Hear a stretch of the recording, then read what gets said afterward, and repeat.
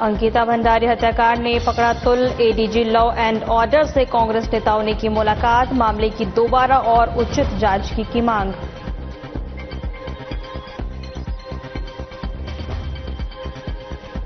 नववर्ष 2026 के अवसर पर उत्तराखंड में पूर्व सैनिक मिलन कार्यक्रम आयोजित। कार्यक्रम में मुख्यमंत्री पुष्कर सिंह धामी ने पूर्व सैनिकों को सम्मानित कर सरकार की ओर से हर संभव सहयोग का भरोसा दिलाया। नमस्कार, मैं हूं आपके साथ सोनमरा। बुलेटिन की शुरुआत करते हैं। नववर्ष 2026 के आगमन पर उत्तराखंड में पूर्व सैनिक मिलन कार्यक्रम का आयोजन किया गया, जिसमें मुख्यमंत्री पुष्कर सिंह धामी विशेष रूप से शामिल हुए। इस कार्यक्रम का आयोजन सैनिक कल्याण मंत्री गणेश जोशी द्वारा किया गया था। कार्यक्रम में बड़ी संख्या में पूर्व सैनिकों ने शिरकत की। वहीं मुख्यमंत्री धामी ने पूर्व सैनिकों के योगदान को देश और राज्य के लिए अमूल्य बताते हुए उन्हें सम्मानित किया और सरकार की ओर से हर संभव सहयोग का भरोसा दिलाया। इस अवसर पर पूर्व सैनिकों से संवाद भी किया गया और उनके अनुभवों को साझा किया गया।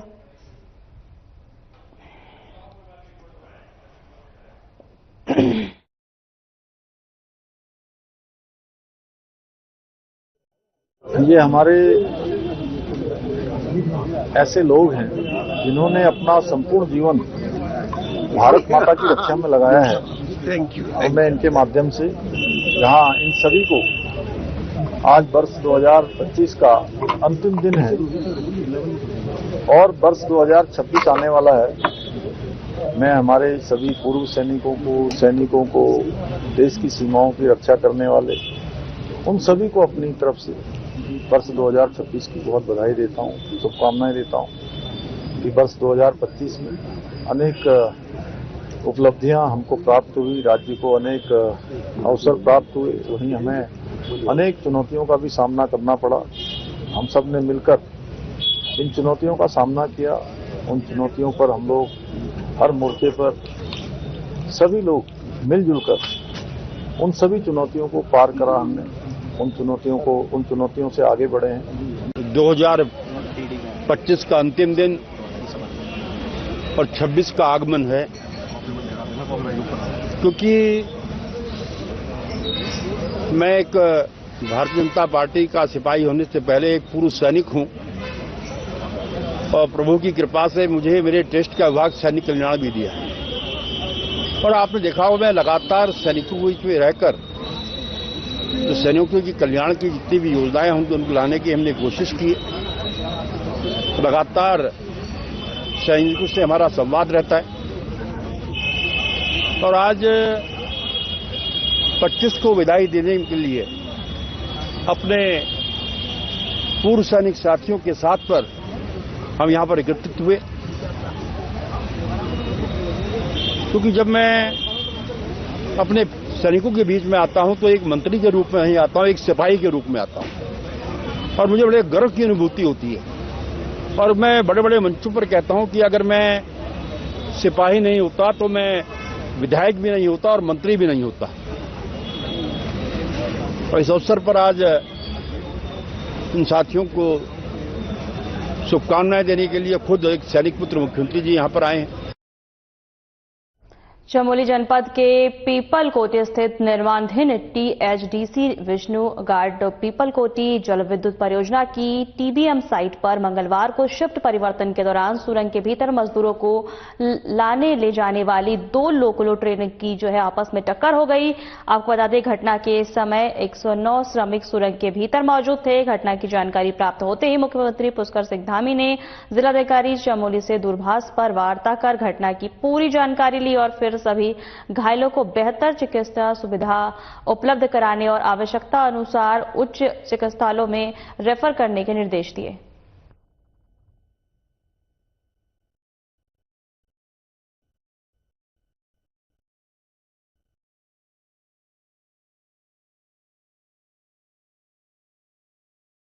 देखिए, कल रात को वहां पर पंड क्षेत्र के पीपलकोटी के आसपास का जो क्षेत्र है वहां पर टीएचडीसी का एक प्रोजेक्ट चल रहा है। वहां पर आपस में कुछ क्रेनों में काम करते समय ये घटना घटी है, लेकिन कोई ऐसी हानि नहीं हुई है।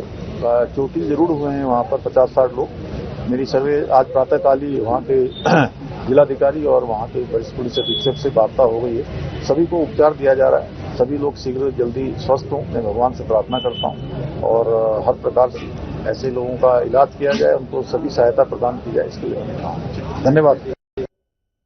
जनपद चमोली में पीपल कोटी में निर्माणाधीन टीएचडीसी जल विद्युत परियोजना से एक गंभीर हादसे की खबर सामने आई है, जहां परियोजना की टीबीएम साइट पर शिफ्ट चेंज के दौरान टनल के भीतर मजदूरों को लाने ले जाने वाली 2 लोको ट्रेन की आपस में टक्कर हो गई है। आपको बता दें कि इस हादसे में करीब 60 मजदूर घायल हो गए हैं, जिनमें से 42 घायल मजदूरों को जिला अस्पताल गोपेश्वर और 17 घायलों को मजदूरों को विवेकानंद अस्पताल पीपल कोटी में भर्ती कराया गया है।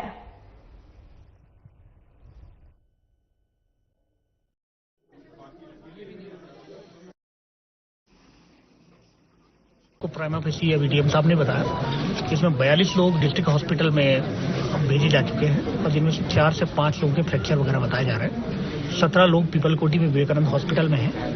अभी हमारी वहां पर जो सिक्योरिटी के हेड हैं सीआई सबके श्री विश्वनाथ जी, उनसे भी बात हुई है। ये बताया जा रहा है कि लगभग एक ट्रेन अंदर से 5 किलोमीटर पर पहुंच चुकी थी और दूसरी ट्रेन 2.5 किलोमीटर पे पहुंची थी। वहां पर इनके बीच में कोलिजन हुआ है और कुछ शायद जो 5 किलोमीटर अंदर से आई थी वो खाली ट्रेन बता रहे हैं।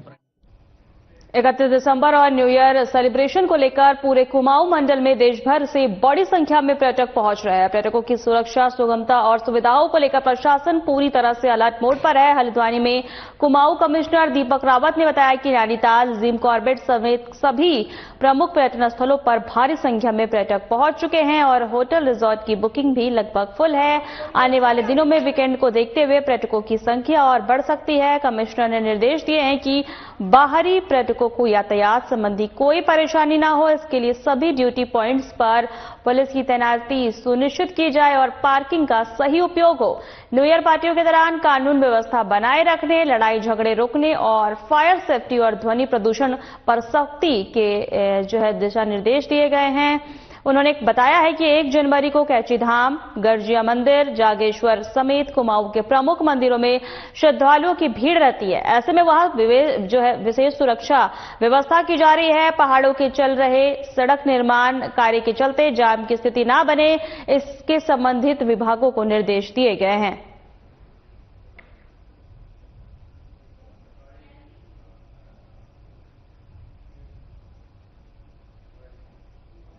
का न्यू ईयर ईव पे बहुत जगहों से टूरिस्ट कुमाऊं में आ रहे हैं। आज ही सुबह मैंने बुकिंग्स ली थी, बुकिंग्स का स्टेटस है वो पूछा था, कॉर्बेट का और साथ ही साथ नैनीताल का, तो काफी अच्छी बुकिंग्स हैं। और इसमें ऐसी भी बुकिंग्स हैं जो अभी तो नहीं है लेकिन वीकेंड जैसी आएगा उस वक्त बढ़ जाएंगी। 1-2 तारीख को काफी ज्यादा रश नीचे जाने वाला भी होगा। तो इन सबको देखते हुए आज माननीय मुख्यमंत्री जी की भी एक मीटिंग हुई है सभी डीएम्स एसएसपी से और मेरी ओर से भी डायरेक्शंस हैं। उसमें सबसे पहले तो ये कि जो भी यात्रीगण बाहर से आ रहे हैं, टूरिस्ट आ रहे हैं, तो इनकी जो यात्रा है वो एकदम सुगम रहे।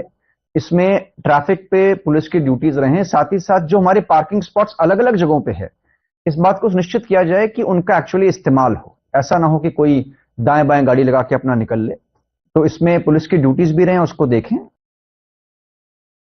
खबर नैनीताल से है, जहां इस बार पुलिस 31 दिसंबर को हुड़दंगियों पर सख्ती बरतेगी। वरिष्ठ पुलिस अधीक्षक मंजुनाथ टीसी ने बताया कि नए साल के मौके पर सभी पर्यटकों का स्वागत है, लेकिन शराब पीकर या किसी भी तरह से कानून व्यवस्था को प्रभावित करने वाले को बख्शा नहीं जाएगा, बल्कि ऐसे लोगों के खिलाफ कड़ी कार्रवाई करेगी और सलाखों के पीछे भेजने से गुरेज नहीं करेगी। उन्होंने सभी से अपील की है कि नया साल शांतिपूर्ण और सौहार्दपूर्ण तरीके से मनाएं। ताज चौराहा से भारद्वाज से फिर हम आएंगे वर्कशॉप मेन होते हुए तिकोनी। ड्रंकन ड्राइविंग, हुड़दंगी और रोड रेज पर नहीं करें, क्योंकि मैं तत्काल में आपका मतलब जो न्यू ईयर सेलिब्रेशंस जो है, ऐसा ना हो कि हवालात में करना पड़े और आपके ऊपर एफआईआर करके पुलिस की कार्रवाई ना हो। मैं ओपनली बोल रहा हूं, ड्रंकन ड्राइविंग, हुड़दंगी करना, खुलेआम जो है शराब या फिर नशे की नशीला वस्तुओं का सेवन करते हुए या डिस्प्ले करते हुए करना, इस प्रकार की हुड़दंगी मचाना या वेपन का डिस्प्ले करना, ये करेंगे तो 100% मुकदमा लिख के आपके घर तक आएगी पुलिस और न्यू ईयर के दिन जो है आपको हवालात में ना करना पड़े। ये चीजें मुझे क्लियरली बोलना है, क्योंकि आपके अलावा भी सभी लोग आते हैं यहाँ पर, जो है बूढ़े भी आते हैं, बुजुर्ग भी आते हैं, मिडिल क्लास फैमिलीज आते हैं जिनके छोटे छोटे बच्चे हैं, केवल आप लोग नहीं। जनपद उधम सिंह नगर के जसपुर कोतवाली में वरिष्ठ पुलिस अधीक्षक मणिकांत मिश्रा के निर्देश पर काशीपुर के साथ साथ जशपुर कोतवाली पुलिस प्रशासन के साथ नगर क्षेत्र में फ्लैग मार्च निकालकर शरारती तत्वों और नाबालिगों द्वारा शहर और क्षेत्र में हुड़दंग मचाने वाली पर कड़ी कार्रवाई की निगरानी की जाएगी। आपको बता दें, साथ ही कानून का उल्लंघन करने वाले लोगों पर अपनी कार्रवाई अमल में लाई जाएगी। इसीलिए वरिष्ठ पुलिस अधीक्षक उधम सिंह नगर ने ऐसे शरारती तत्वों को सख्त हिदायत देते हुए कहा है कि नए साल का जख्मी बड़े ही शान शौकत एवं धैर्य के साथ एक दूसरे को शुभकामनाएं देकर मनाएं, हुड़दंगबाजियों से दूर रहें।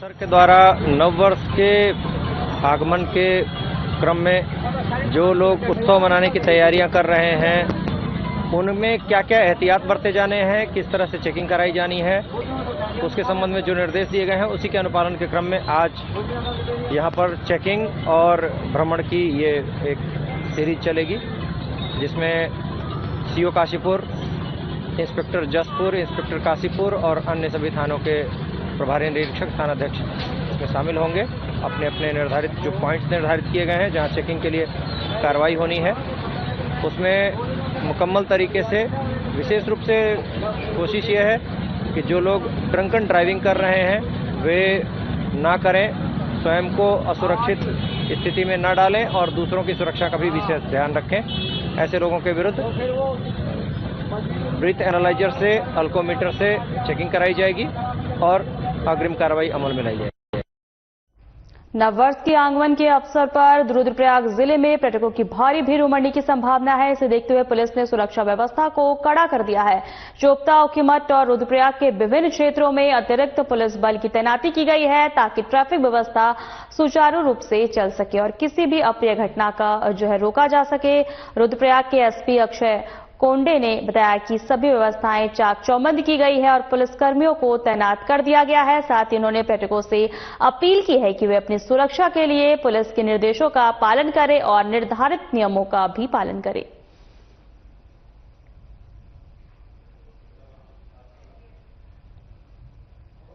खबरों में आगे बढ़ेंगे। उत्तराखंड के अल्मोड़ा जिले के भिकियासेन क्षेत्र में एक बड़ा हादसा हो गया। आपको बता दें कि एमू की यात्री बस द्वारहाट से रामनगर जा रही थी।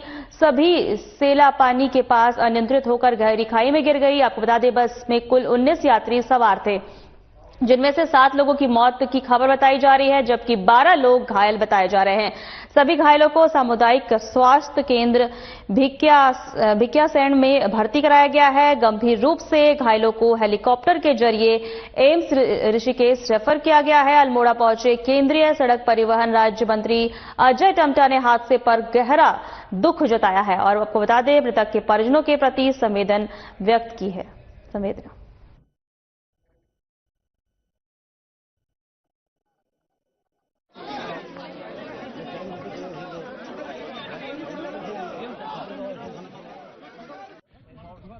सर ऊपर को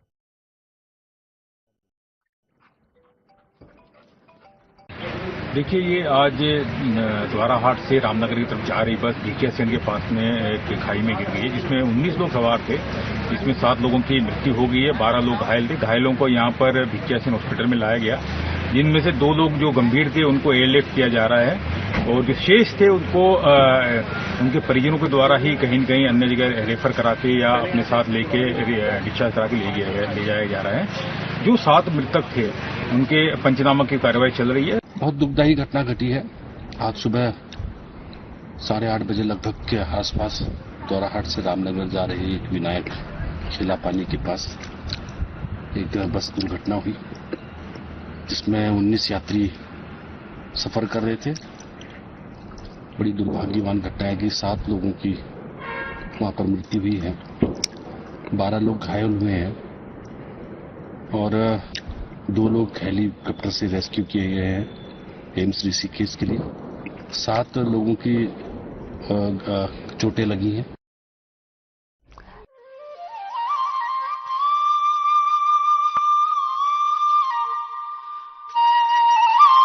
क्या आप दुबले पतले कमजोर हैं, आपकी सेहत नहीं बनती? भूख कम लगती है, वजन नहीं बढ़ता? दरअसल मेन बात खाना पीना खाना नहीं है, मेन बात है खाया पिया लगना।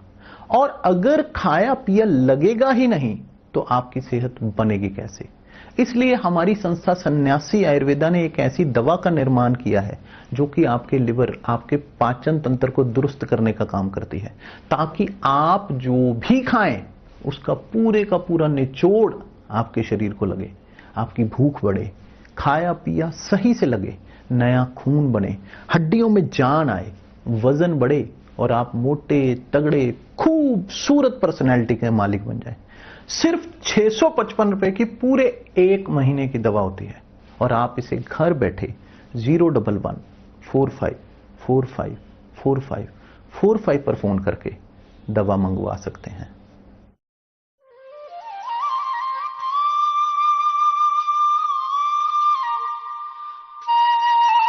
चमोली जिले के पीपलकोटी स्थित निर्माणाधीन टीएचडीसी विष्णु गार्ड और पीपलकोटी में जल विद्युत परियोजना में मंगलवार को टीबीएम साइट पर 2 लोको ट्रेनों की आपस में टक्कर हो गई है। घटना के समय सुरंग में 109 मजदूर मौजूद थे।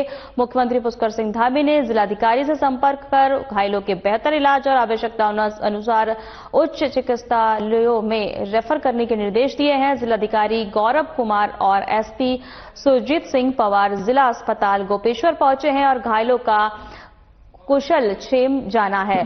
वहीं आपको बता दें कि प्राथमिक उपचार के बाद 86 श्रमिक घर भेजे गए हैं। वहीं 4 को अस्पताल में भर्ती कराया गया है, 4 को। वहीं पीपलकोटी विवेकानंद अस्पताल में 18 का इलाज हुआ है और 21 श्रमिक बिना चोट के घर लौट गए हैं।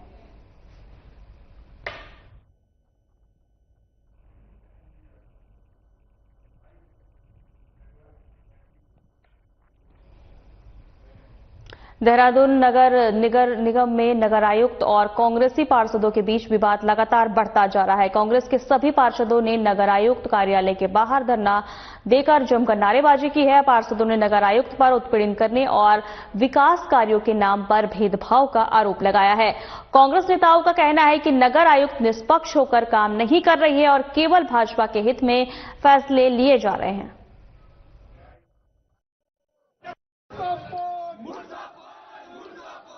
जब नगर निगम के जो भी वार्ड है 100 वार्ड, उनमें जब विकास कार्यों की लिस्ट आई टेंडर के लिए, तो जब हमने उन टेंडर को देखा तो उसमें देखा गया कि 90% पार्षदों के यहाँ मेयर कोटे से 20 से 22 लाख रुपए के काम हुए, लेकिन कुछ पार्षदों के लगभग 10 पार्षद ऐसे थे जिनके यहाँ 1 करोड़ रुपए तक के 70 लाख रुपए तक के काम हुए।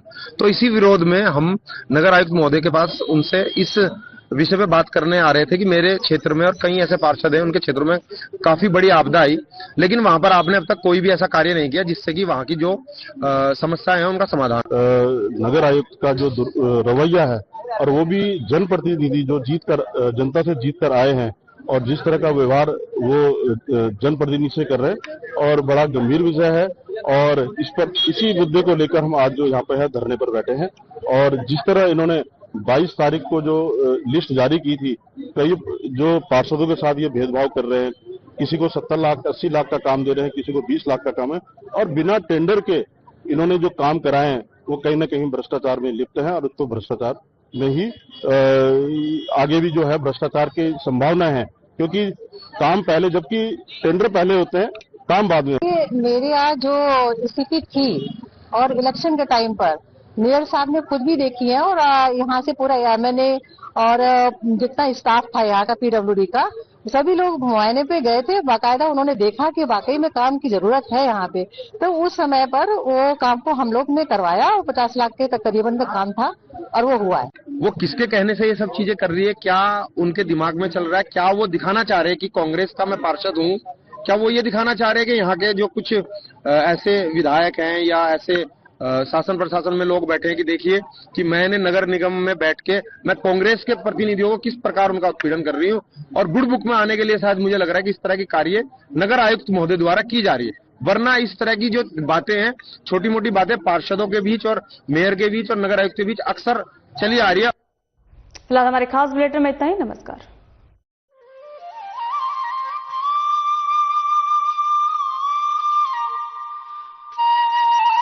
हर रोज हो जाता